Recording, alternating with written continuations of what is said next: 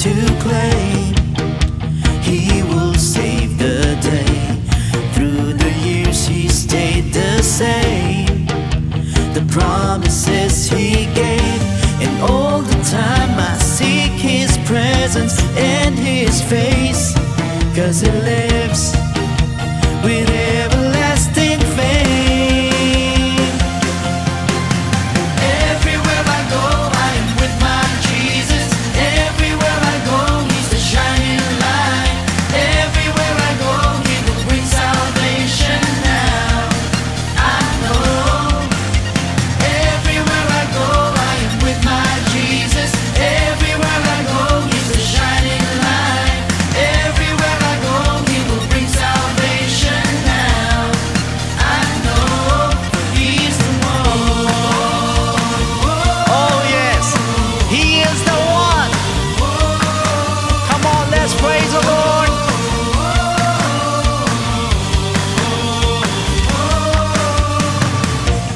He gives grace to those who pray. Never be afraid. He's the potter, I'm the clay. He will hold my faith, and all the time I seek his presence and his face, 'cause he lives with everlasting fame. All together now. Everywhere I go, I am with my Jesus. Everywhere I go, he's the shining light. Everywhere I go, he will bring salvation now. I know. Everywhere I go, I am with my Jesus. Everywhere I go, he's the shining light. Everywhere I go, he will bring salvation now. I know, for he's the one.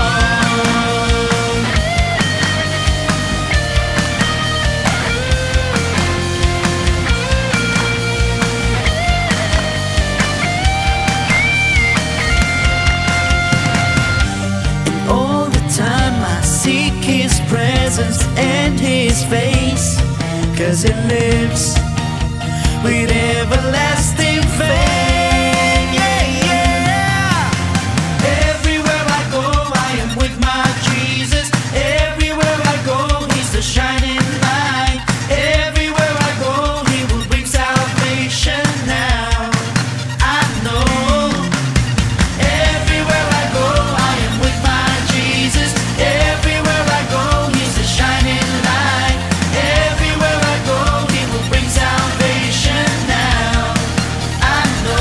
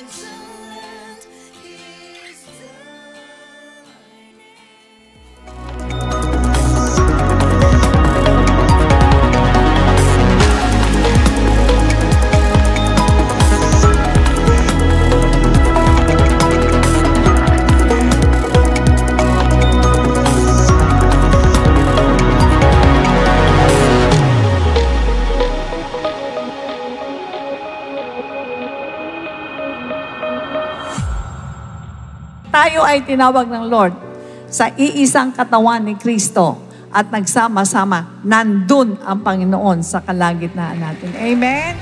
Sisigaw ang pangalan mo, Panginoong Jesus, magtitiwala lang sa'yo. Dapat habang nilalagay mo yung kaloob mo sa sobrang ito, sumisigaw din ang puso mo. Na sumisigaw na, Lord, abutin mo po yung mga taong ito. Sana itong pera ito makatulong po sa mga tao para maabot po sila. Para yung dugo nila, Panginoon ko, malinis sila. Yung dugo nila malinis, yung makasalanan, yung dugo nila malinis ang dugo ng aming Panginoon Jesus. Panginoon, ganun sana nasa heart natin habang kayo naglalagay dito. Hanggat may natitirang isang tenga na laging makikinig, kahit nagsastruggle siya, kahit nagre-wrestle na siya, pero makikinig siya. At dalawang paa niya, ipupunta niya kung asan yung gawain. 2 legs, 1 ear. 2 legs, 1 ear. Brothers, sisters, workers, nandito, there is still hope for the struggling believers to be transformed.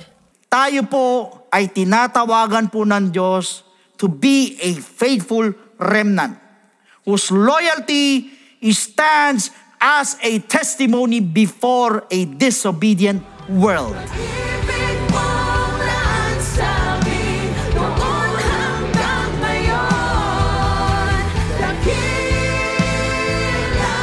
Dakila ka. Dakila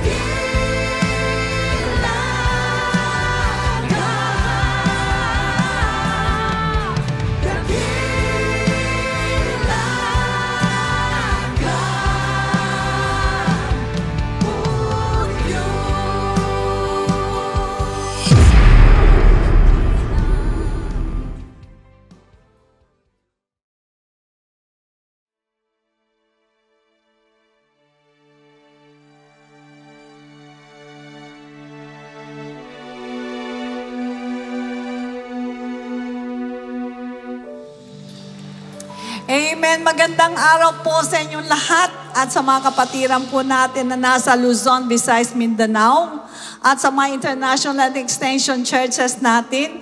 Ganon din po sa inyong lahat na nakatune in po at makikiisang maghandog sa ating Diyos na buhay para po sa pagsamba, pasasalamat at sa pagdinig sa kanyang dakilang kalooban. Welcome po sa Friends Again ng Jesus Christ. To God be the glory. Amen. Purihin pong ating Diyos. Isang kagalakan na makita ko po kayo muli. Na makita ko ang mga anak ng Diyos na talaga naman tunay na nagmamahal sa ating Panginoon. Amen. Batiin mo yung katabi mo, sabi mo, ang ganda ng suot mo ngayon. O, diba? Nakakagala kasi pag may bumatas yung ganda ng get up mo ngayon Ibig sabihin maganda yung tulog mo. Kaya nung nagpili ka ng damit mo, napaganda rin. Kasi kinakailangan paghaharap tayo sa Lord, ayos yung mga pinili mo, alam mo na yun ang gusto mong isuot sa pagharap natin sa Kanya. Amen. Praise God. Isang palakpak sa ating Diyos sa buhay. Alright, magbasa po muna tayo ng ilang talata sa Biblia, Jeremiah chapter 22, verses 6 to 9. For thus says the Lord to the house of the king of Judah, you are Gilead to me, the head of Lebanon. Yet I surely will make you a wilderness, cities which are not inhabited. I will prepare destroyers against you, everyone with his weapons. They shall cut down your choice cedars and cast them into the fire. And many nations will pass by this city, and everyone will say to his neighbor, why has the Lord done so to this great city? Then they will answer, because, everybody say, because they have forsaken the covenant of the Lord their God, and worship other gods and serve them. Yan ang dahilan kung bakit tayo ay kinakailangan dumalo sa gawain ng Panginoon para sumamba sa Kanya. Amen? Bakit? Kahit na ganun ka kaimportante sa ating Panginoon, kahit ganun kadami ang ginawa mo sa harapan ng Diyos, kahit na tumulong ka pa sa maraming mahirap, kung kalilimutan mo ang pagsamba sa ating Panginoon. Nang linggo na to tayo sama-samang sasamba, mag-worship sa Kanya, baliwalang lahat yan sa ating Diyos. Why? Is because yan ang dahilan kung ba't nagagalit siya doon sa Juda. Yan ay pinili ng Panginoon, pero sabi, wala, baliwalang lahat. Tatanggalin kita. Bagkos ako pa maghahanda ng destroyer mo. Tanungin mo katabi mo, gusto mo bang mangyari sa atin yon? Siyempre, ayaw natin. Ngayon, meron tayong naamoy, umaalingaw-ngaaw, mga kaguluhan. Kaya dapat ang mga anak ng Diyos sama-sama maglingkod, mag-worship sa Kanya. Why? Why? Baka sakaling mahabag si Lord sa bansa natin at hindi tayo pahintulot sa gyera. Tanungin mo katabi mo, naniniwala ka ba doon? Sumagot ka, Amen! Amen! Yuko natin ating mga ulo, tayong manalangin. O dakilang Ama, umpisa pa lamang ngayong umaga, nararamdaman ka namin. Kami mga anak mo na pinili mo mula sa kasalanan, nilinis mo kami, tinuruan mo kami, pinagtiyagaan mo kami. Kaya naman kami turuan. Sa araw ng linggo, kailangan na dyan kami, sama-sama kaming nag-worship sa inyo. Sabagat napakarami mong binigay sa amin. Ang buhay lang namin ngayon, yung utang namin sa inyo, O Diyos. Kaya Ama, hinihiling namin sa umaga na to na iunat mo ang iyong mapagpalang kamay sa bawat isang mga anak mong nandirito at igawad mo po ang basbas. Kung meron man daladalang kabigatan, Lord, alisin mo po ito. Sapagkat hindi maganda na kami haharap sa inyo na may kabigatan. Kayo po ay hari na mga hari. Diyos na hindi namin nakikita. Ngunit ngayong umaga na to, tinataas namin ang gawain ito, Diyos, at hinihiling namin na basbasan mo kaming lahat. Bigyan mo kami ng maliwanag na kaisipan at pusong mapagkumaba na lahat ng mga bagay na sasabihin mo sa amin ay aming paniwalaan at sundin. Sama-sama namin tinataas, Lord, ang aming mga sarili, higit sa lahat ang aming beloved Bishop. Iba yung anointing ay ipagkalo mo po sa Kanya. At sa lahat ng nakatayo sa harapan mo upang maglingkod sa banal na templo, kayo na po ang magbasbas. Sa iyo po lahat ang kapurihan. In Jesus' name we pray. And everybody say, Amen!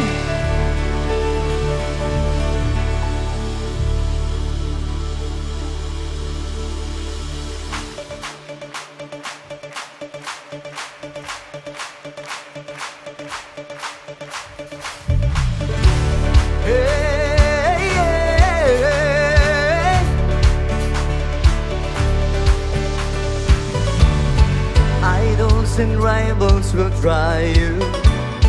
They have their eyes on your throne. And though they rise up like an army, they are confessing you, Lord. Kings and the kingdoms will challenge, raising their weapons of war. But the fight is fixed in your favor. Victory has always been yours.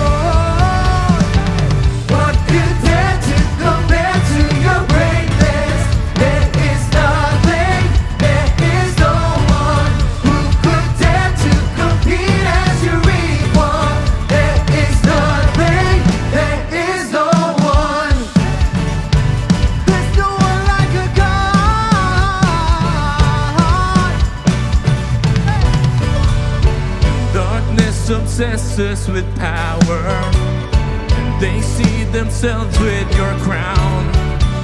The demons can't help but to tremble. 'Cause God, you're not done reigning now. What could dare to compare to your greatness? There is nothing, there is no one who could dare to compete as your equal. There is nothing, there is no one. What could dare to compare to your greatness? There is nothing, there is no one who could dare to compete as your equal. There is nothing, there is no one.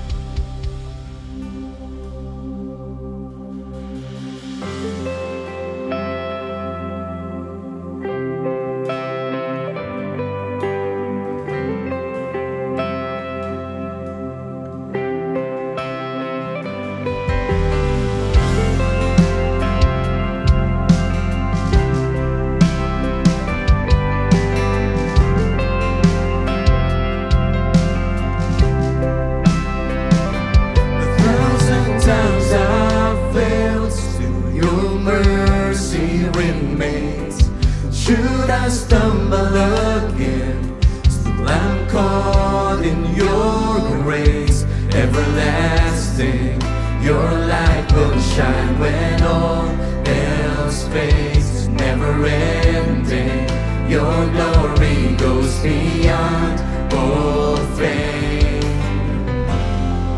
My heart and my soul, I give you control.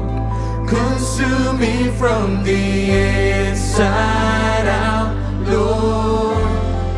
Let justice and praise become my embrace, to love you from the inside out.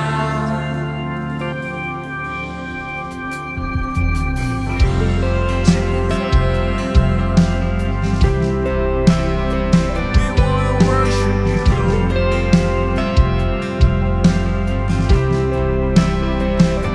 Your will above all else, my purpose remains.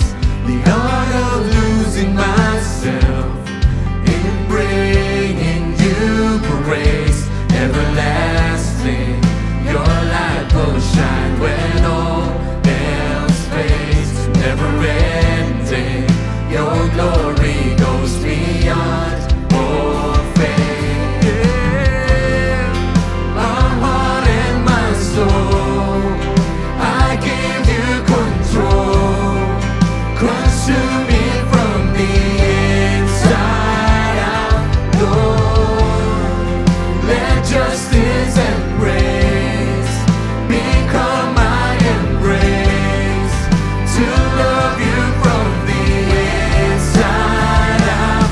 Everlasting, your light will shine when all else fades.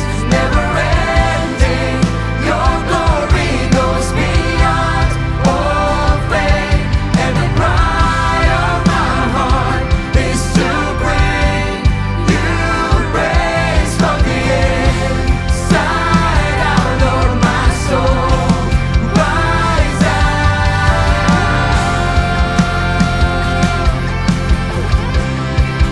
My soul cries out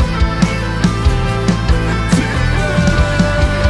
My soul cries out to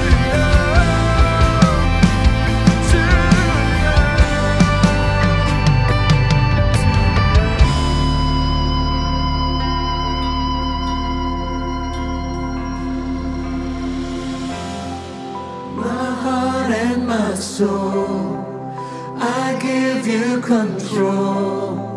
Consume me from the inside out, Lord. Let justice and praise become my embrace, to love you from the inside out. Everlasting, your light will shine when all else fades. Never ending, your glory goes beyond all fame. And the cry of my heart is to bring you praise from the inside out, Lord. My soul, rise out. Everlasting, your light will shine when all else fades. Never ending, your glory goes beyond all fame. And the cry of my heart is to bring you praise from the inside out, Lord. My soul, rise out from the inside out, Lord. My soul, rise out from the inside out, Lord. My soul, rise out.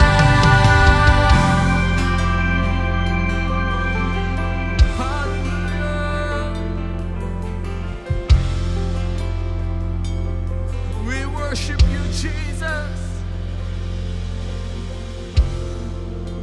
We worship you, Lord.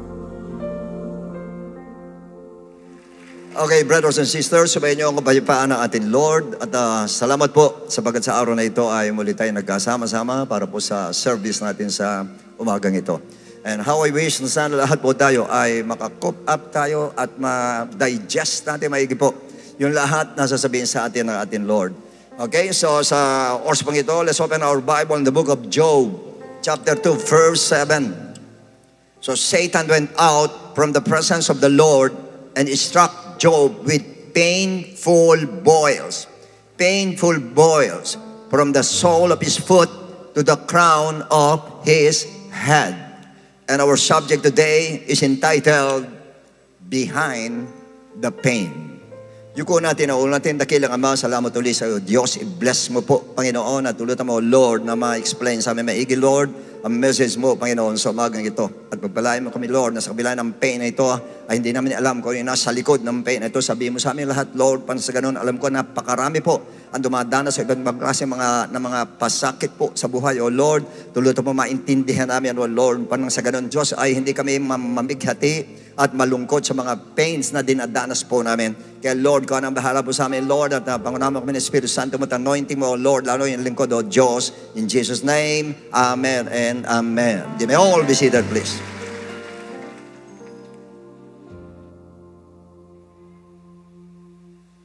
Now, one of the worst thing that people try to avoid is the word pain. Pag sinabing pain, ayaw po natin, masaktan. Whether physical, emotional, or mental pain, people really try to avoid it. But biblically, pain is inevitable o hindi po may iwasan. In fact, in Job 14:1, New King James, man is born of woman is of few days and full of trouble. Pag sinabing trouble, it involves pain. Sa CEV, same chapter and verse, life is short and sorrowful for every living soul. Pag sinabing sorrowful, it involves pain.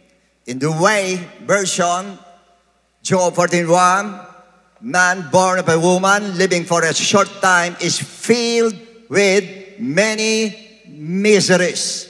At pag sinabing misery, trouble, sorrow, they all cause pain. Lahat ng yan ay nagdudulot ng pasakit sa atin. In fact, people are born in pain by their parents. And even Christians are not exempted from pain. Lahat tayo po dadanas yan. That's why the Bible says in John 16:33, and these things I have spoken to you, that in me you have peace. In the world you will have tribulation. You will have tribulation. Pag sinabing tribulation, ayun na naman, ang pain. But be of good cheer. I have overcome the world. 1 Peter 1:7 says that the genuineness of your faith, being much more precious than gold that perishes, though it is tested by fire. Tested by fire. Pag sinabing fire, pain ulit ang nandoon. May be found praise, honor, and glory at the revelation of Jesus Christ. Acts 14:22. Strengthening the souls of the disciples, exhorting them to continue in the faith and saying, we must, it is a must, through many tribulations. Many tribulations. Pag sinabing tribulations, pain na naman ang pinag-uusapan. Enter the kingdom of God. Luke 17:1. Then he said to the disciples, it is impossible that no offenses, plural pa ginamit. Pag sinabing offenses ay maraming pasakit o pain na naman ang pinag-uusapan should come, emotional pain. But woe to him through whom they do come. That's why all of us are subject to experiencing pain. Lahat po tayo, dadanas po tayo niyan. Now, in fact, Job himself, who said that we are born in pain, had experienced the most painful moment a man could ever experience. Siya po nakadanas ang pinakamasakit ng bagay in all aspects ng buhay natin po. Si Job na po. First, the pain of losing all his livelihood in one day. Job 1:15-17. Everybody knows, just for one day, lahat ng kanyang mga flocks, yung kanyang yung mga goats and even camels, lahat ng kanyang hayupan niya, ang tawag doon ay lahat yun nawala for one day. Bankrupt siya. For a matter of one day, bankrupt po itong si Job. Bankrupt. Hindi po nalulugi, kundi bankrupt na po talaga. Walang natira sa livelihood niya. And second, he experienced the pain of losing all his sons and daughters in one day. 10 lahat yun, just for one day. He lost them all. Lahat yun, Job 1:18-19. While he was still speaking, another also came and said, your sons and daughters were eating and drinking wine in their oldest brother's house. Nagkakainan, nagiinuman. Yun ang problema ng nagiinuman. And suddenly a great wind came from across the wilderness and struck the four corners of the house. Si Satan po ang may dala niyan. Yung great wind na yan, kaya niyang gawin. And it fell on the young people and they are dead. They all died. And I alone have escaped to tell you. So nando sa kanya na isang araw lang, lahat ng anak niyang babae, lahat ng anak na lalaki, patay sa isang araw lang po. Gaano kasakit yun? And not only that, in physical pain, Job 2:7, binasa natin kanina. The Bible says, so Satan went out from the presence of the Lord and struck Job with painful boils. Take note the word boils. Painful.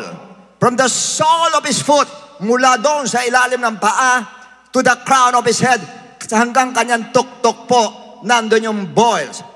Pag sinabing boils, ito is more on pigsa. Pigsa, bukol, or pigsa. In Job 2:7 NIV, so Satan went out from the presence of the Lord and afflicted Job with painful sores. Sores from the soles of his feet to the crown of his head. Pag sinabi naman sores ay sugat o namamaltos ang buong katawan niya. Mula ulo hanggang sa ilalim ng paa, paltos. Pag sinabing paltos, alam natin napakahapdi po noon. Kaya hindi ba alam sa dalawa kung pigsa o ganon, pero ayon po sa iba ay talagang boils talaga o bukol talaga o pigsa talaga. Na pag sinabing sore, sinabi ko na sa inyo, sugat yan at masakit at mahapdi. Now, sa Lamsa version po, Job 2:7 says, so Satan went forth from the presence of the Lord and smote Job with cancer. Dinerecho na po rito. With cancer from the sole of his foot to his brain. So imagine pag sinabing cancer, it's more on bukol po ito. Bukol o pigsa, yun ang nangyari sa kanya. Imagine mula ulo hanggang sa ilalim ng paa mo, may cancer ka, nandun ang bukol mo, nandun ang pigsa sa'yo. Yung pigsa, magano lang ang sakit. Yung isa, buong katawan mo, meron nun. No part of him was untouched by boils. Walang pagitan. Yung buong katawan niya mula sa paa, sa talampakan, hanggang ulo niya, punong-puno ng pigsa. Imagine that. Paano kang makakatulog nun? Ganong kasakit, everyday nararamdaman niya. Physically nararamdaman niya. Deuteronomy 28:35. And the Lord will strike. Sino? The Lord will strike you in the knees, on the legs, which severe boils, which cannot be healed. Pag sinabi cannot be healed, the boils, cancer. And from the sole of your foot to the top of your head. Kaya pong gawin din ng Lord. Utusan sa Satanas para magkaroon tayo ng ganoon. Gano'ng kasakit yun? How painful are those boils or sores? Gaano kasakit? Gusto niyo malaman? Job 2:13. So they sat down with him on the ground 7 days, 7 nights. Yung kaibigan niya. And no one spoke a word to him. Wala nakapagsalita sa kaibigan niya dahil sa itsura niya. For they saw that his grief was very great. Sobrang hinagpis niya. Sobrang daing niya. Dahil doon sa pain na nararamdaman niya. Job 3:24. For my sighing comes before I eat. My groaning pour out like water. Ganong katindi ang naramdaman niya. Job 7:5. My flesh, yung laman ko o yung balat ko, is a cake, parang cake with worms and dust. Grabe yan. Biro mo yung balat mo, parang nagcake siya na putok-putok siya. Pagkatapos may mga uod na lumalabas. Pagkatapos may alikabok na doon. My skin is cracked. My flesh, laman ito, my flesh and my skin. Yung kanyang balat, pati flesh niya, yung laman, nagka-crack and breaks out afresh. Lumilitaw yung laman niya. Dahil doon sa halos nakalabas na ang laman niya. Dahil doon sa mga sugat na yun o boils na yun na nasa kanya po. Ganun katindi yung pain na yun. Job 19:17, my breath is offensive to my wife, and I'm repulsive to the children of my own body. Pati hininga niya, bumaho po. Ganun katindi ang physical pain na nararamdaman ni Job. Brothers and sisters, sino sa inyo dito nakadamas ng pain pagdating sa physical pain o sa sakit? Kung titignan mo yung dinanas mo, i-compare mo ngayon yung dinanas si Job. Gaano yung sakit na dinanas si Job doon sa physical pain na yon, tsaka doon sa physical pain mo? Gaano? At hindi lang yon. He suffered from the pain of rejection and forsaken by loved ones. Indirectly, he was rejected by his own wife at saka ano kanyang mga kamag-anak po. Job 2:9. Ito po sa emotion naman ito, pain in emotion. Kanina, pain po sa kanyang physical body, ngayon sa emotion. Pain of rejection and being forsaken. His wife said to him, do you still hold fast to your integrity? Curse God and die. Mamatay ka na. Imagine, sabi mo sa asawa mo yan. Ganun na itsura na asawa, bis na maawa ka, mahabag ka, mahalin mo. Sinabi niya, mamatay ka na. Asawa mo, nagsabi sa inon. Job 19:13-19, NIV. He is alienated, my family. In-isolate siya from me. My acquaintances, mga kaalyado na, are completely estranged from me. Lumayo sa kanya, nilayuan siya. Yung dating malalapit sa kanya, lumayo po sa kanya. Verse 14, my relatives, kamag-anak ko, nawala lahat. Ibig sa tulungan ng kamag-anak, nawala lahat ang kamag-anak niya. My closest friends, yung mga best friends, si Best po, nawala, pati si Best, have forgotten me, nakalimutan na siya ng best friend niya. And verse 15, my guests and my female servants count me a foreigner. Imagine sa loob ng bahay niya mismo, yung guest niya, at yung mga babae niya, servants po, parang stranger ang tingin sa kanya, para siyang hindi taga doon. Verse 16, mas mabigat ito. I summon, I call my servant, but he does not answer. Tinatawag niya, hindi sumasagot. Though I beg, ako nagmakaawa na. I beg him with my own mouth. Yung kanya mga servants po na lalaki, nagbebeg na siya, ni ayaw siyang pansinin, ni ayaw siyang tignan. Verse 17, my breath is offensive to my wife. I'm loathsome to my own family. Ibig sabihin noon, nung bumaho hininga niya, kinamuhian pa siya ng sarili niyang pamilya. Ganun po katindi. Pag sinabi scorn, reject po siya. Even the little boys scorn or reject. He was rejected. Yung mga bata na po yun, when I appeared, they ridicule or mockery, nagminamak siya. Sa nakita yung kanyang itsura po. Ganun katindi, dinanas po niya. Verse 19, all my intimate friends detest me. Those I love have turned against me. Grabe po, emotional pain yan. Pag sinabing detest, dislike, inayawan siya, mga kapatid. Yung mga inaasahan niya, inayawan siya.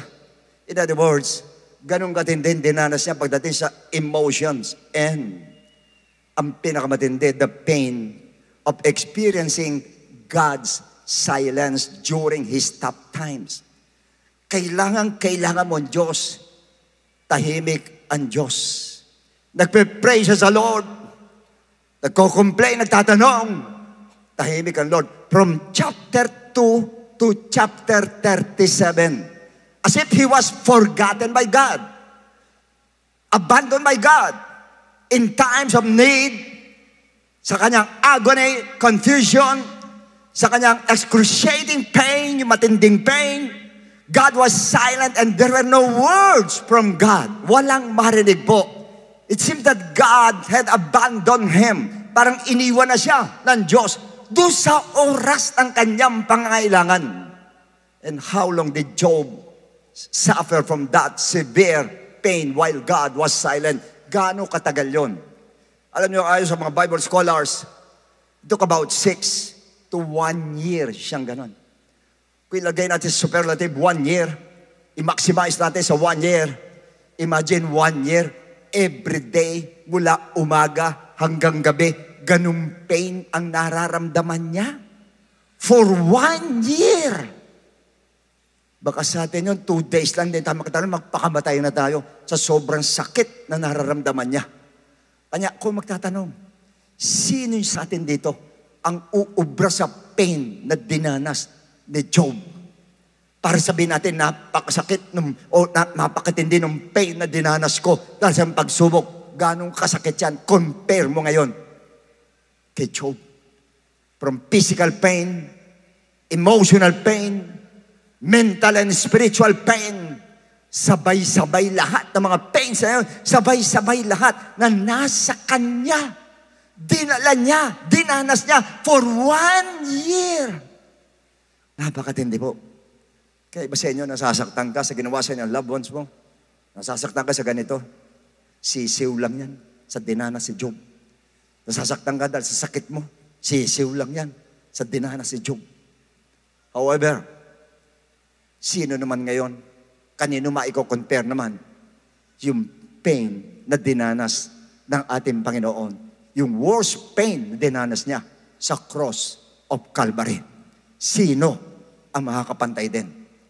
The pain of being rejected by His own people. Israelites mismo na-reject siya. He came to save them spiritually, but na-reject siya. They did not only reject Him, insult Him, but they betrayed Him, punished Him, and killed Him in brutal way. Yun ang ginawa sa Lord. By those people who were, He created yung mga nilalang niya sa kanyang pagka-Diyos. Yun ang nag-reject sa kanya. And those people who were sinners, those people whose thoughts and deeds are all evil, puro masama iniisip, yun ang nag-reject sa kanya. And He was forsaken by those people whom He was discipling for 3 years. Kasama niya 3.5 years. Yung mga disciples, iniiwan siya pagdating sa cross of Calvary. And one of them whom He trusted, yung pong si Peter, he was denied by Peter in front of other people. Denied siya ni Peter po. That's why he felt that God had forsaken him. Iniisip niya sa kanyang pagkatao, iniwan siya ng Lord. Naramdaman din niya, naramdaman ni Job na parang iniwan ng Lord. Naramdaman ng Lord. Kaya lang po, ang big difference dito that Job suffered from severe pain, but he was a man who had committed multiple of sins. Makasalanan tao, na-commit ng kasalanan tao si Job. Although siya naging anak ng Lord, pero naging makasalanan siya at maraming siyang kasalanan ginawa. While the Lord Jesus Christ had suffered severe pain as a sinless man. Wala siyang kasalanan, nag-suffer siya. Yun ang pinakamasakit sa lahat. Dumanas ka na ganung pain na wala kang kasalanan. In fact, He suffered that pain for the sins of mankind. Alang-alang sa kasalanan ng iba, kanya siya nag-suffer po ng ganun. That's why I'm so bold to tell you that if you were born in pain in the physical aspect, pinanganak tayo ng nanay natin sa sakit, dahil nahirapan yung nanay natin, nasaktan yung nanay natin, we were also born again through pain by our Lord Jesus Christ at the cross of Calvary. Pinanganak din tayo sa hirap po ng ating Panginoon dun sa cross of Calvary. Kaya ako sinabi that pain for a Christian is inevitable o hindi po may iwasan. Now, I remember, umattend po ako ng isang Christian gathering sa Korea. Yun po parang revival service po nila. I think back then in 1987 to 1988, hindi ako nagkamali. During their prayer revival, almost all of us spoke in tongues. Lahat nagtataas. Mga 1,000 pastors nandun, 50,000 cell leaders nandun, muugong yung arena, doon po sa kanilang pag-speaking tongue. Kami lahat halos nag-speaking tongues. But while I was kneeling in front of my chair, nakaluhod ako, this harapan a woman from South Africa was sitting on the next row in front of me. Eto ako nakaluhod, andito siya, doon siya nakaupo. He stood up and pointed at me. Tinuro niya kung ganon. Sabay sabi, you will be used mightily by God like Gideon, but you will be badly hurt by your own people. Yun, medyo talagang ninervyos ako rin mga kapatid. Yung badly, yung ikaw gagamitin mightily, okay yun. Like Gideon, okay yun. Yung kasunod, you will be badly hurt by your own people. And it happened to me and kept on happening. Hanggang ngayon, nangyayari po sa akin. I was rejected by people I expected to love and help me. I was betrayed by some people who was supposed to be faithful to me. Pero hinulog ako, mga kapatid. I even remember somebody who spoke behind my back while I was sick. Nandun ako may sakit, saying that I'm wrong about what I'm teaching. Mali daw tinuturo ko habang may sakit ako. And instead of standing by my side, he was the one who spoke behind my back. Mabigat, masakit. Pero wala akong magawa. And there are those who size me up or even belittled me in front of others indirectly. Pero halata po, you can still sense it. Masasense mo pa rin, minamaliit ka ng taong yun. And especially when you're going through tough times, and the person you expect to support and encourage you becomes the one who ends up hurting you with his words. Yun pa rin na mabigat. Nandun ka sa kailangan mo. Doon sa inaasahan mong tao, doon ka pa makakarinig ng bagay na masakit pakinggan. Na akala mo i-encourage ka. Yung pala, ide-demoralize ka pa mga kapatid. It's really painful. So painful. The rejection, betrayal, being belittled, stricken by bad words behind your back, being forsaken. They are all very painful for me. And of course, even for all of you. Masakit din sa atin lahat yun. But the question is, why does God allow pain in our lives? Bakit niya pinapahintulot masaktan po tayo? Well, definitely it's not to destroy our lives nor our faith. Hindi para sirain po tayo, but to make us know that there's something great behind those pains. Merong magandang bagay doon sa likod ng mga pasakit na yon sa ating buhay. And what are those great things behind our pains? Ano yun? Sa case ni Job, though he complained, he questioned God of his plan, but then first, Job learned to trust God even more before he suffered from those trials. Mas natuto siyang magtiwala sa Diyos.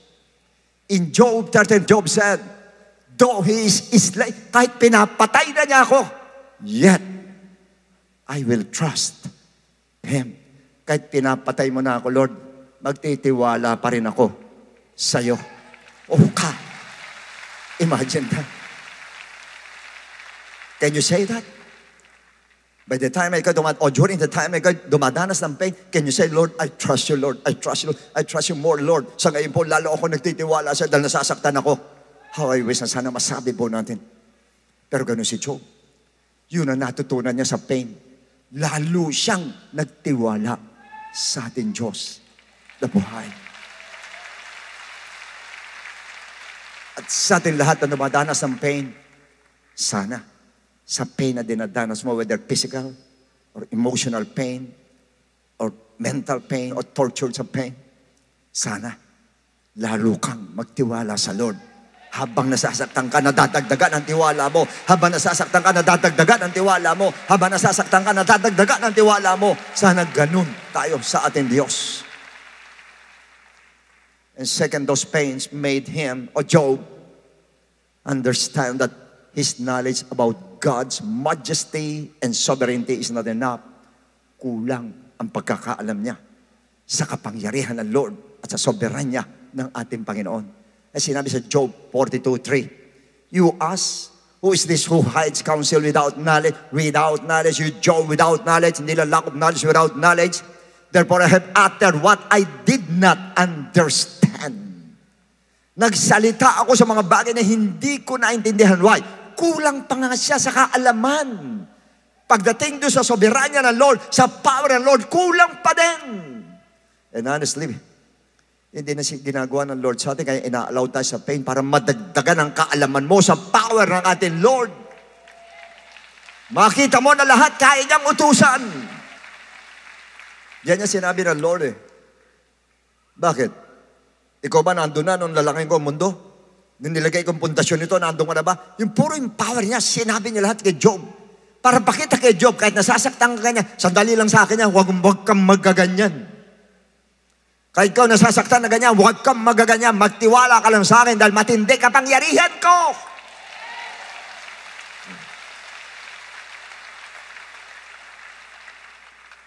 And number 3 for Job, that pain made him realize that his spiritual eyes were not yet fully opened. Job 42:5, I have heard of you by the hearing of the ear, but now, ngayon lang, Lord, nakita kita ng mga mata ko. Mising nakita kita ng mga mata ko. Ngayon lang, nakita ko kung anong klaseng Diyos ka. Ngayon ko lang nakita kung ano yung sabihin na spiritual talaga. Ngayon ko lang nakita yung pagiging spiritual na tao talaga. Ngayon ko lang nakita. Imagine that. Sinabi na siya upright, siya ay honest siya blameless siya. Yung pala hindi pa rin masyadong bukas ang kanya spiritual. Sa atin maaaring ganun. Kanya pag may pain ka, nagrereklamo ka. Dahil hindi mo pa lubusang bukas ang spiritual eyes mo na hindi mo alam. Pero that pain will open up your spiritual eyes, totally open. Bubuksan ng Lord ang spiritual eyes mo para makita mo kung sino yung Diyos na pinaglilingkuran mo talaga.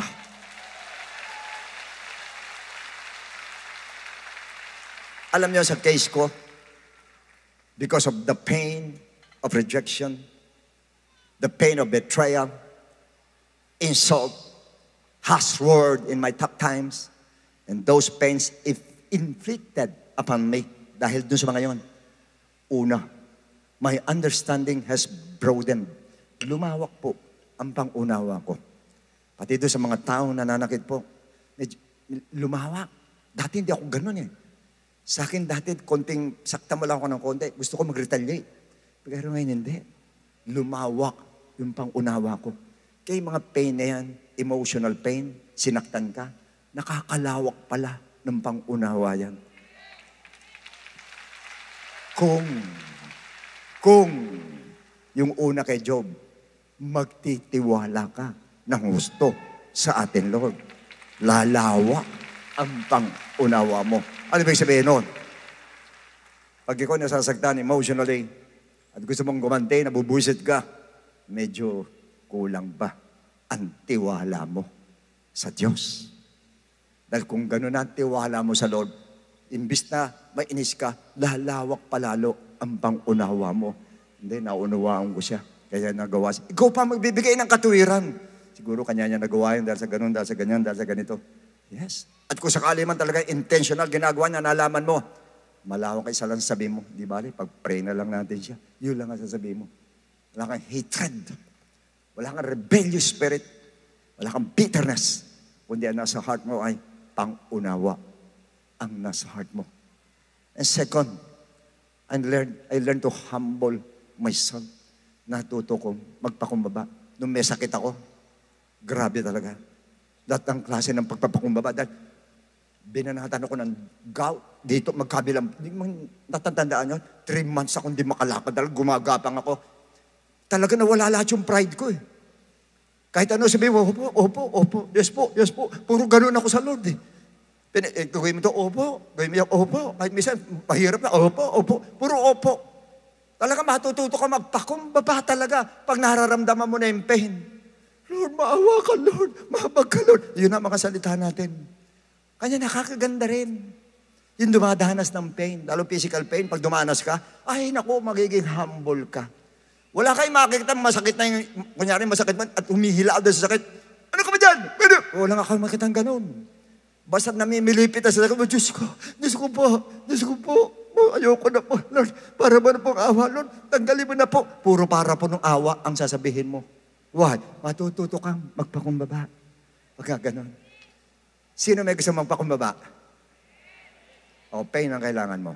Now, above all, I've learned to forgive completely. Yung magpatawad ang gusto, doon ako natuto. Nung marami nananakit sa akin, doon ako natuto magpatawad ng gusto. Although, aminin natin, masakit. Nagpapatawad ako, umiiyak ako. Pinagtatawad ko na po siya, Lord. Pinagtatawad ko na po. Talagang ba ako, nasakit eh. Nasaktan ka, pero umiiyak ka, pinagtatawad mo siya. At pagkatapos noon, sa akin po, hindi ko po iniiwasan yung tao pagka ganun po. Okay lang po kasama ko siya. Kaya lang, siyempre, yung trust mo hindi na ganun po. Pero kasama mo pa rin siya. Sumparin, kasama mo siya. Gusto mo kakwentuhan mo pa rin siya. Hindi mo siya iwasan. Kaya lang, yun nga, medyo may limitation ka na pagdating sa ganun po.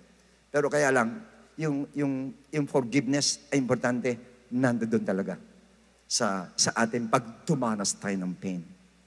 In other words, pain will make you a better person. Yung pong pananakit sa atin, yung sakit po ay magbibigay sa atin ng para tayo maging mas maayos na tao. Ibig sabihin, pag tayo nasasaktan, pinapayagan ng Lord, inaayos po ng Lord ang ating pagkatao. If you choose to turn your pain into a transformer, pinili mo na yung pain ito magtra-transform sa akin. In other words, because of any kind of pain allowed by God, He will transform you to a better person. Yung mismong pasakit sa atin, ang magbabago po sa atin po. Magiging mas maayos po tayo. Naalala ko yung Canaanite woman. Tingnan niyo yung nangyari sa kanya. She was a Gentile. Pag sinabi Gentile, hindi mo rin mag-worship sa Lord yan. Gentile yan eh. Matthew 15, yung Canaanite. He answered her not a word. Kasi sinabi ng Lord, pagaling mo yung anak ko, pagaling mo. Hindi ko mabuo ang Lord. Silent ang Lord. During sa kanya tough times, silent siya. And his disciples came and urged him saying, send her away. Tinaboy pa siya. Hindi na siya sinagot ng Lord. Tinaboy pa siya. Send her away, for she cries out after us. Next. But he answered and said, eto na sagot ng Lord, I was not sent except to the lost sheep of the house of Israel. Nireject siya. Tinaboy na siya. Nireject pa siya. Gano'ng kasakit yun? Samantalang anak mo, nandoon, kailangan ng kagalingan. Na-expect mo itong taong ito pagagalingin, o itong Diyos na ito, kung tao ito, o Diyos ito, pagagaling anak ko, tas gano'n ang ginawa sa akin. Ano ang ginawa niya? Next. Then she came and worshiped Him, saying, Lord, help me. In other words, the pain of this Gentile woman transformed her to a real worshiper of God. Naging tunay siyang sumasamba sa Lord dahil doon sa pain na dinanas niya. And honestly speaking, sa inyong lahat na dumadanas ng pain, magugulat kayo.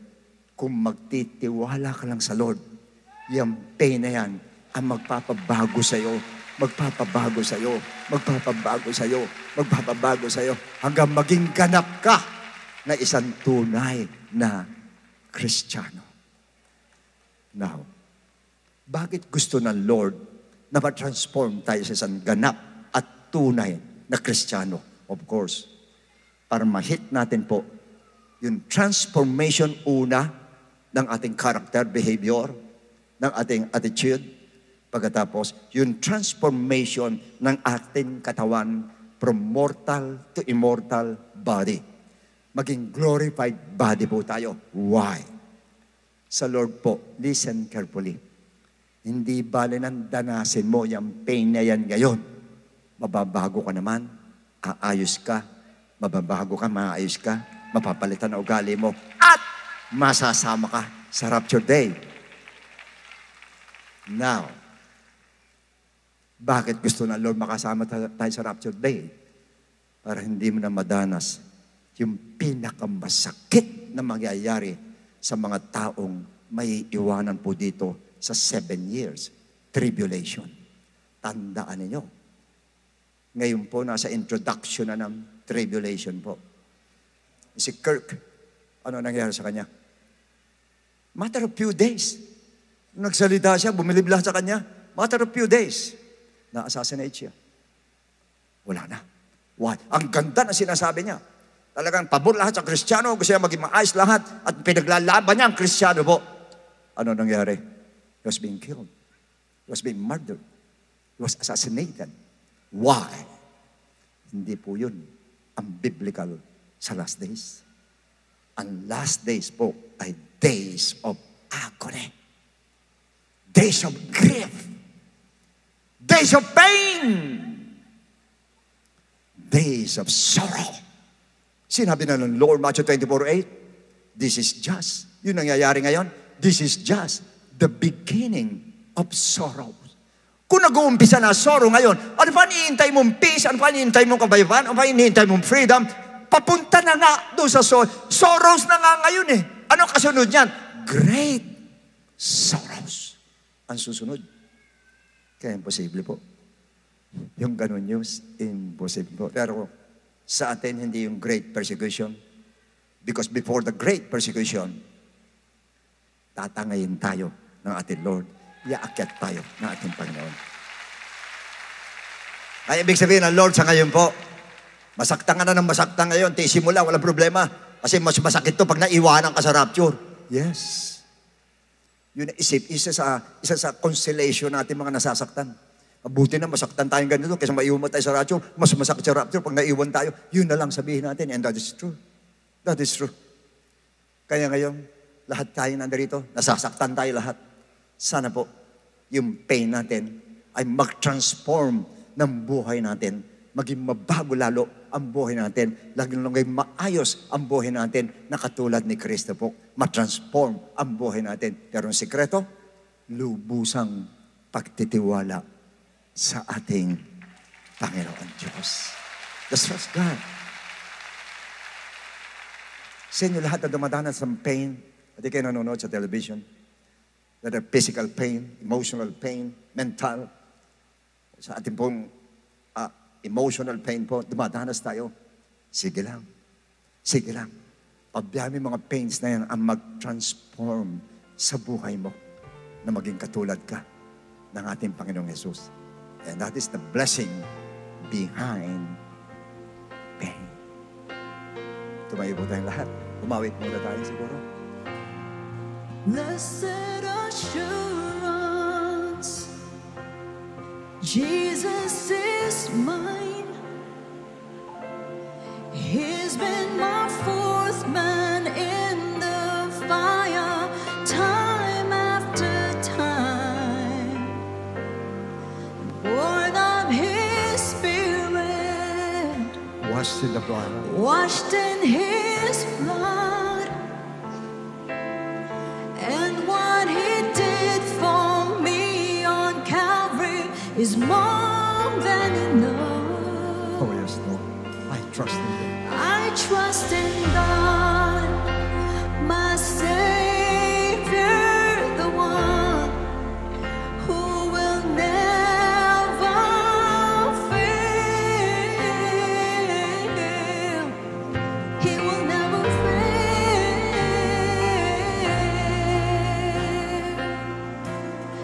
Perfect submission, all is at rest.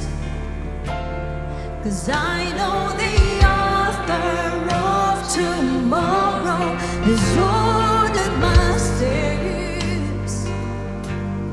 So this is my story, this is my song. I'm praising my risen King and Savior all the day long. And I trust in God, my Savior,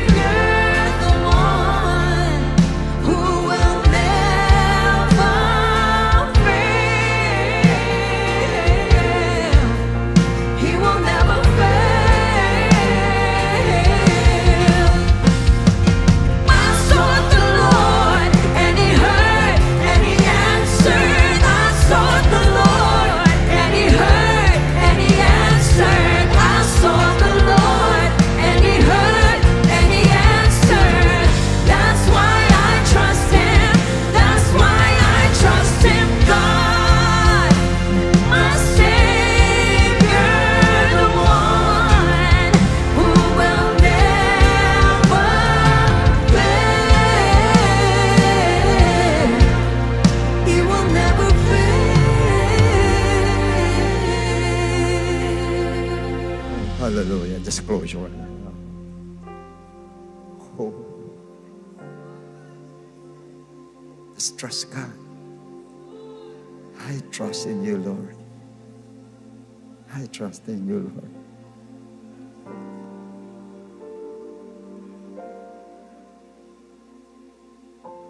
Oh, Diyos ng buhay. Alam mo, Panginoon, na bawat isa sa amin ay, at yung mga nanonood sa television ay dumadanas po ng mga pasakit sa buhay. Mga pains, Panginoon, na inaalaw mo sa aming buhay. Hindi para pala kami saktan. Hindi para kami sirain, mawasak ang aming pananampalataya. Kundi para kami magbago, Panginoon. At lalo mabago pa na maging katulad mo, Ama. Upang hindi namin danasin, Panginoon, yung lalo matinding pain na dadanasin ng mga tao may iiwan sa rapture day. Salamat po, Panginoon ko. Bagamat kami nasasaktan, O Lord. Pero sinabi mo sa amin kung ano nasa likod, Panginoon, mga pains na ito, Lord. Salamat po, Diyos. Nandun ang blessing sa likod nito, Panginoon. Nandun ang pagbabago sa likod nito, Lord. Sa likod, sa kabila ng mga pasakit na ito, doon pala kami mababago, Panginoon. Pero bigyan mo kami, Panginoon, ng lakas na loob. Bigyan mo kami ng tibay, Panginoon ko. Upang matagalan namin, O Diyos, ang lahat ng ito, Panginoon, sa aming buhay. Matid mo iba sa amin na halos sumuko na, Panginoon ko. Huwag mong babayang may sumuko nang dahil sa pananakit sa Kanya, O Lord. Huwag mong babayang, Lord, nang dahil sa pain na ito sumuko, O Diyos. Huwag po, Lord. Tulutan mo yung pain na ito sa maging dahilan pa para lalo magtiwala kami sa iyo, Panginoon. Lalo namin itiwala ang buhay namin sa iyo, Panginoon ko. Wala kami ibang pwedeng pagkatiwalaan kundi ikaw na lamang, Panginoon ko. Pero ngayon po, Diyos, yun lang hinihiling namin. Bigyan mo kami ng lakas para matagalan namin ito, Panginoon ko. Hanggang sa ito'y matapos din, Panginoon, dahil alam namin lahat ng ito'y may katapusan, Panginoon. Dahil kay Job natapos din, Panginoon. Sa iba natapos din, O Lord. At alam ko lahat ng yan ay may katapusan, Lord. Pero habang nandun kami sa pain, Lord, ikaw mismo umalalay sa amin, Panginoon ko. Ikaw mismo magbigay sa amin maglinaw sa aming mga puso at isipan, O Diyos. Para makita namin ang kapangyarihan mo, Lord. Na sandali mo lang tanggalin itong pain na ito kung gustuin mo, Lord. Pero hindi mo tinatanggal, hindi para kami masaktan. Hindi para masira aming faith. Kundi para mabago kami ng lubusan, Panginoon. Mabago ng lubusan, Lord. At maraming salamat po sa katalinuhan mo na hindi namin maabot madalas, Panginoon ko. Pero nandun ang kakaiba mong katalinuhan na ngayon po ay talagang sinasalutukan namin, Panginoon. Napakatalino mo, Lord. At ikaw nakakaalam ng lahat ng bagay. Ikaw nakakaalam ng lahat na mabuti para sa amin, Panginoon ko. Kanya ko ito'y makakabuti sa amin, O Diyos. Hindi ko hinihiling, Panginoon, na ito'y tagalan mo. Pero hinihiling ko lang, Lord, na matagalan namin, Panginoon ko. At hindi naglalaon, O Lord, ay aalisin mo rin, Panginoon ko. Marami pong salamat sa iyo, Lord, sa mga mensahe mo sa araw na ito. At nananalig kami, Panginoon, mula sa araw na ito. Ito nadama namin pains at nadadama namin sa ngayon, Panginoon, ang siya magbabago ng aming buhay at magiging katulad mo, Panginoon ko. Marami pong salamat, Lord. Marami pong salamat, Lord. Marami pong salamat, Panginoon ko. In Jesus' name we pray. Amen and Amen.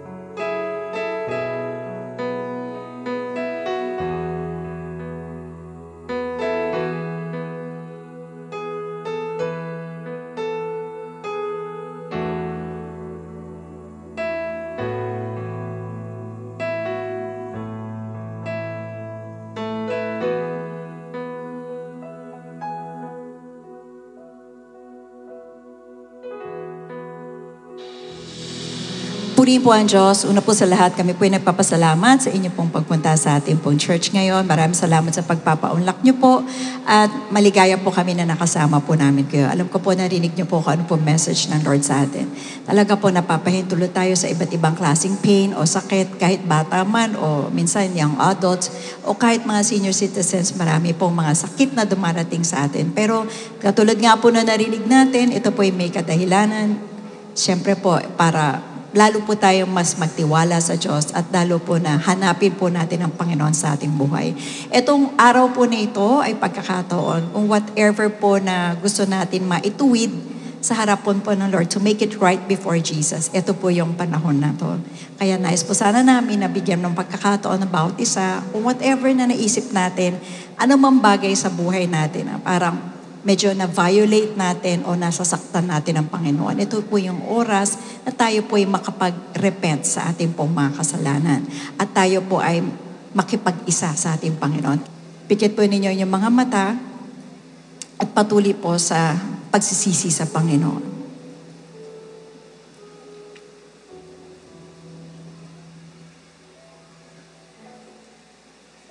Ano man ang pinaiisip sa iyo ng Panginoon na dapat isuko sa oras na ito upang matapos na rin ang mga pasakit na nararamdaman mo o pinagdadaanan. Ito po yung oras na yon. In Jesus' name. Ang pagmamahal po ng Panginoon, aming mga kaibigan na nandirito, ay makikita po natin mula pa po doon sa krus ng Kalbaryo. Ibinigay po na ating Panginoong Yesus ang kanya pong buhay upang magkaroon po tayo ng buhay na walang hanggan.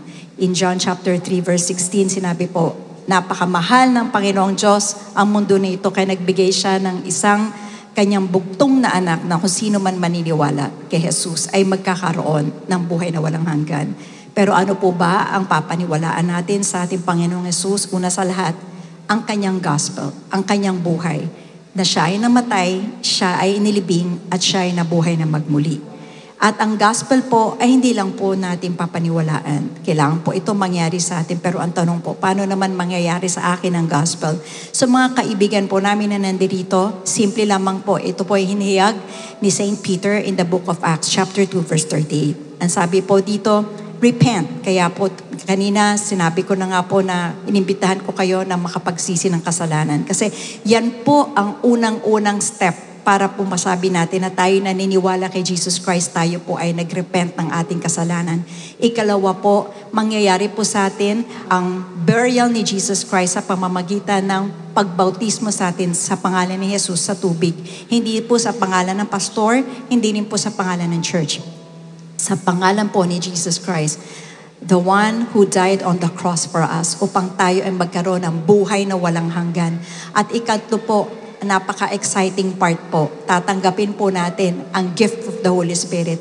At ang Holy Spirit po, siya po ang ating helper or katuwang natin upang tayo ay makapamuhay ng ayon na po sa kagustuhan ni Jesus Christ. Ganyan lang po kasimple ang gospel, mga kaibigan po namin nandirito. Kaya nawa, sa oras na ito, kung kayo po ay handa, ay sumunod po kayo sa panalangin na ito. Pagsabi ko po ng ibang bahagi, ay sundan nyo lamang po. Patuloy po nakapikit ang ating mga mata at na kayo po ang ating mga ulo. Sundan nyo po ako, Panginoong Yesus. Ako'y nagpapasalamat sa mga salitang akin narinig.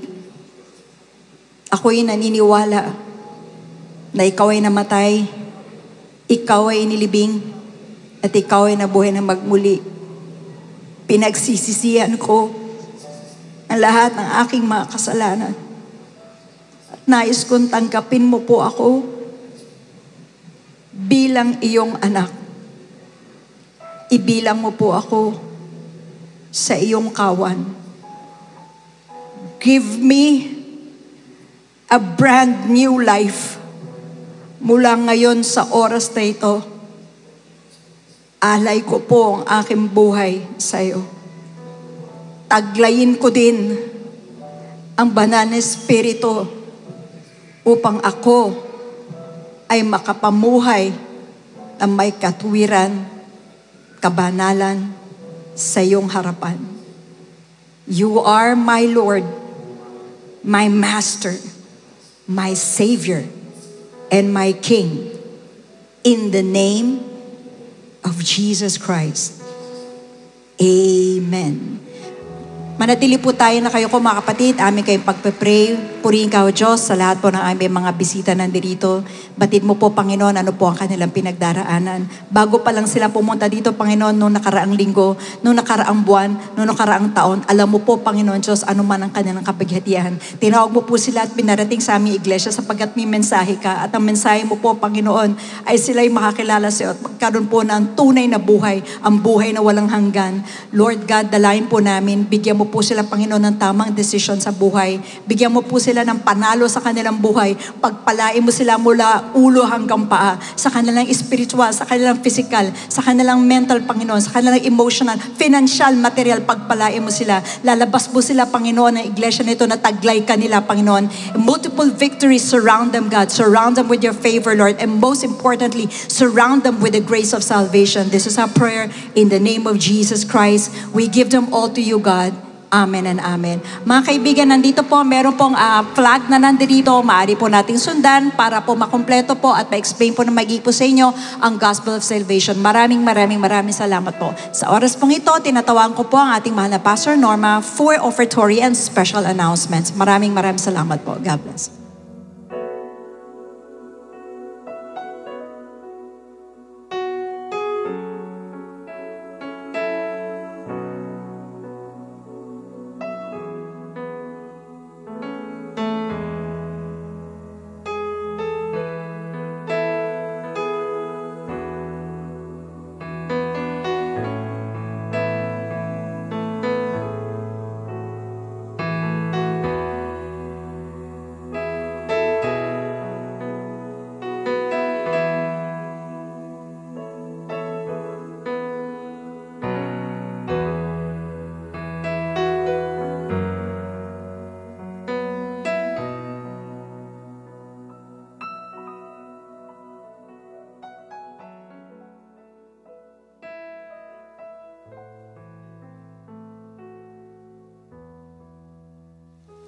Praise God.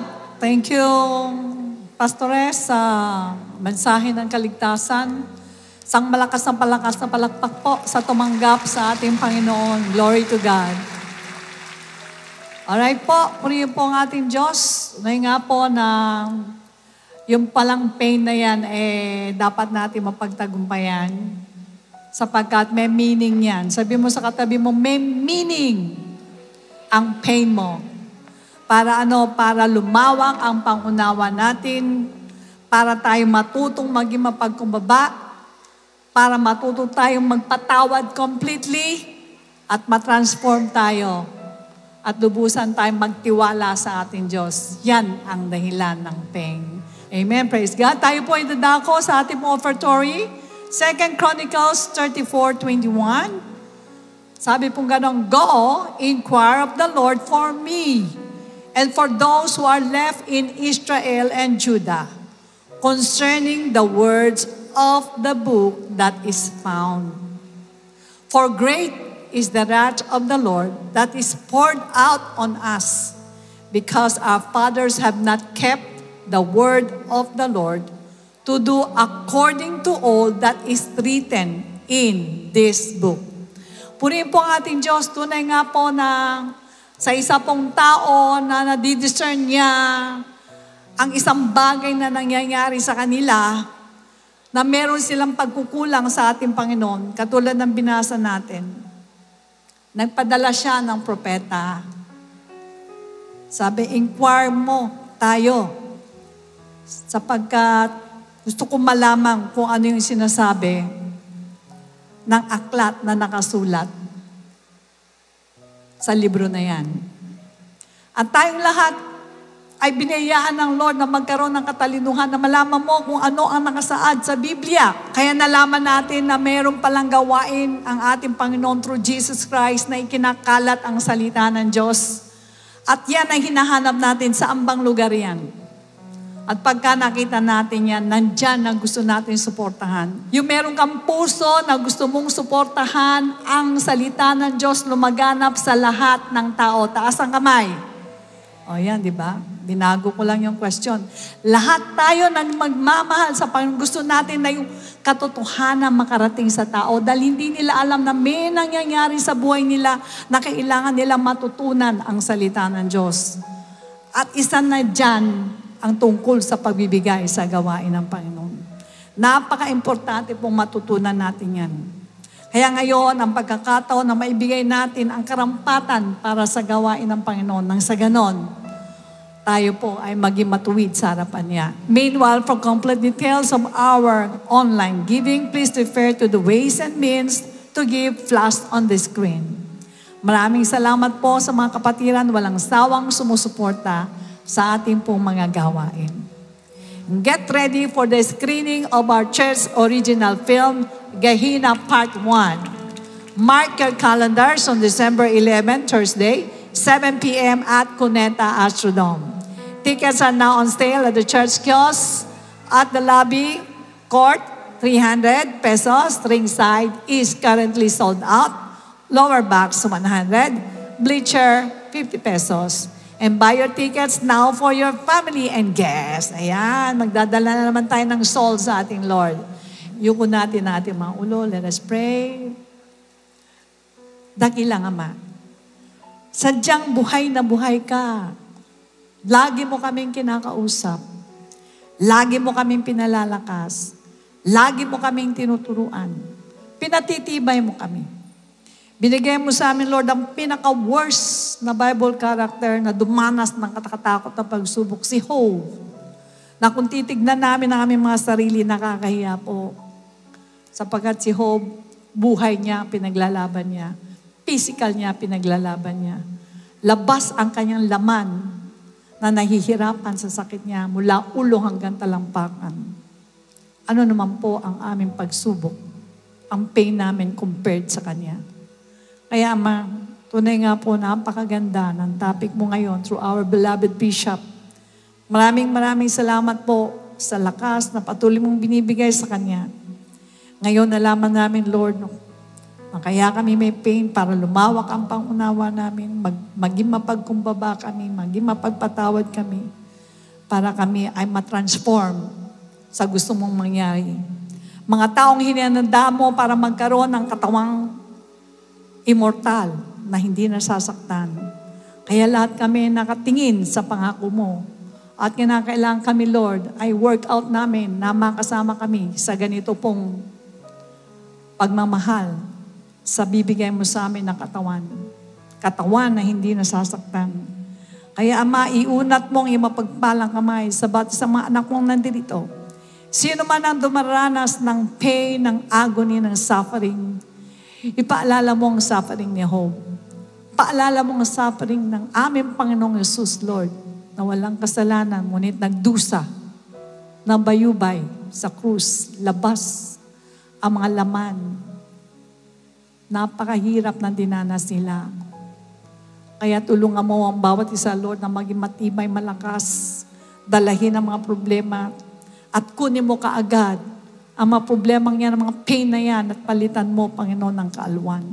Pagpalain mong kaisipan namin, Lord, na maging malakas, huwag mawalan ng pananalig sa inyo, at ipasa ang mga pagsubok na ito. Pagpalain mo nga piskal at pangatuwang, huwag mong pahintulot sa mabibigyan na pagsubok sa mga deadly diseases.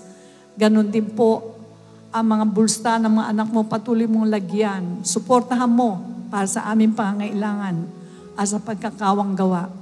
Bigyan mo rin po kami ng gobyerno na maayos, na tahimik. Bigyan mo ng katalinuhan, Panginoon, ng leadership under sa pamumuno ng aming beloved President Ferdinand Bongbong Marcos at ang lahat na nasa ilalim niya.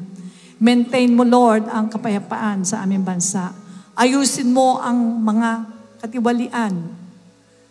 Tulungan mo na kaming lahat ay makatulong sa pagpaparating ng salita ng Diyos sa bawat kababayan namin. Pagpalain mo ang lahat ng mga project ng aming pong church na walang layunin kundi ang magdala ng souls. Walang layunin kundi mapaalam sa mga tao ang iyong salita. Ganon din po, Ama, tinataas din po namin sa inyo ang lahat ng mga tumanggap ngayon sa harapan mo na hindi lamang ngayon kundi lagi-lagi silang dumalo at tumibay pa sa pananampalataya. Pagpalain mo ang mga anak mo na patuloy na sumusuporta sa gawain mo. Pagpalain mo rin ang mga anak mo na may sakit, pagalingin mo po sila. Alisin mo sa kanila, Panginoon, ang mga sakit na nararamdaman nila. Ingatan mo po ang bawat isa sa pag-uwi. Sa iyo po namin tinitiwala ang aming mga sarili. In Jesus' name we pray. And everybody say Amen. Amen. Praise God. The Lord bless and keep you and make His face shine upon you and be gracious to you. And lift up His countenance upon you and give you peace. God bless you and to God be the glory.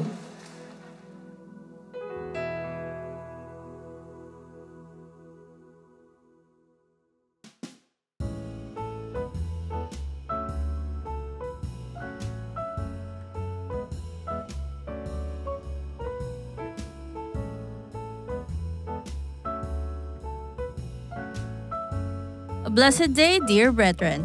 Let's take a moment to listen to these important reminders. For online giving and Bible study offerings, you may refer to these complete details.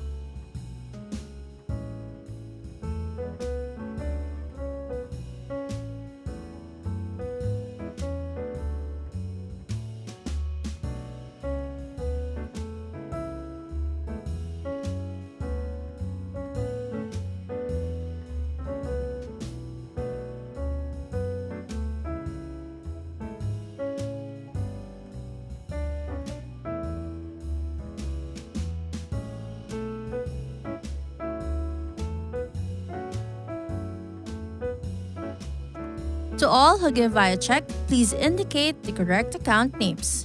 Checks payable to Project G Code with account name Project G Code Ministry.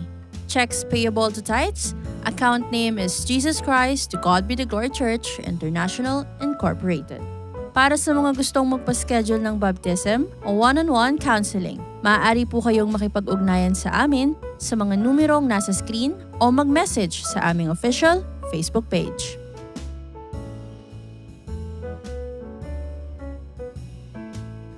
We're excited to share these church updates to keep us spiritually filled. Let God lead you to a life renewed, strengthened, and blooming in faith. Join us for our on-site worship service on Sunday at the Cuneta Astrodome. Service begins at 9 a.m. Bring your family and friends. Don't miss our last Servants Force devotion for year 2025 with the annual Tanong Ko, Sagot Nyo. Tune in on Tuesday, December 2, 7:15 p.m. via an exclusive YouTube link. Also, don't forget to load your phones for this special episode. See you, everyone! Our online GBS also wraps up for the year. Catch the last part of the story of the Rechabites on December 4, Thursday, 7 p.m. via our YouTube channel. Join us for our congregational fasting and experience a spiritual feast that will fill your heart with joy this season. Happening on December 6, Saturday, 9 a.m. at Star Mall at the Shaw Trade Hall. It's a wonderful time to be filled, refreshed, and satisfied by the infilling of God's Spirit. A few more days left for the movie screening of our original film, Gehenna Part 1. Mark your calendars on December 11, Thursday, 7 p.m. at the Cuneta Astrodome. Secure your tickets now. 300 pesos for court, 200 pesos for ringside, 100 pesos for lower box, 50 pesos for bleacher. Bring your families and friends. Together, let's uncover the true meaning of love. This is for the benefit of our G Code ministry. Attention, 1FCers! The 1FC Lounge is now open for your discipleship sessions. It is the perfect place to hold your 1FC meetups, quiet, comfy, and ready for you. Visit us at the devotion area from 7:30 to 8:30 a.m. See you there! One Following Christ has officially launched its Facebook page. Stay updated with the church's discipleship program, be inspired by the stories of transformation, and be encouraged to join the happy community of 1FC. Scan the QR code to visit the One Following Christ page or visit us at facebook.com/1FC Discipleship. Let's keep on boosting our social media presence. Subscribe to our official YouTube channel. Comment, share, and like our online preaching and IDO4 music videos. Connect with us on Metaverse via Facebook and Instagram and join our broadcast channel for church updates and latest posts. Also, follow us on X, formerly Twitter, and the new official TikTok accounts of our church and IDO4.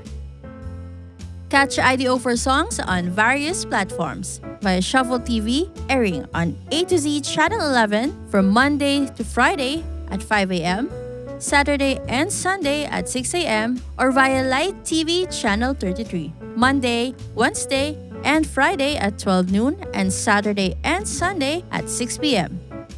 Via One Radio, which is our newest radio partner, and via Spotify, Apple Music, Deezer, Amazon Music, and other music streaming apps. Use your God-given gifts for His glory. Join the Servants Force today. We're looking for volunteers and SF workers, especially for the Comrades and Gideon teams. Sign up via QR code, website, or at the information booth every Sunday.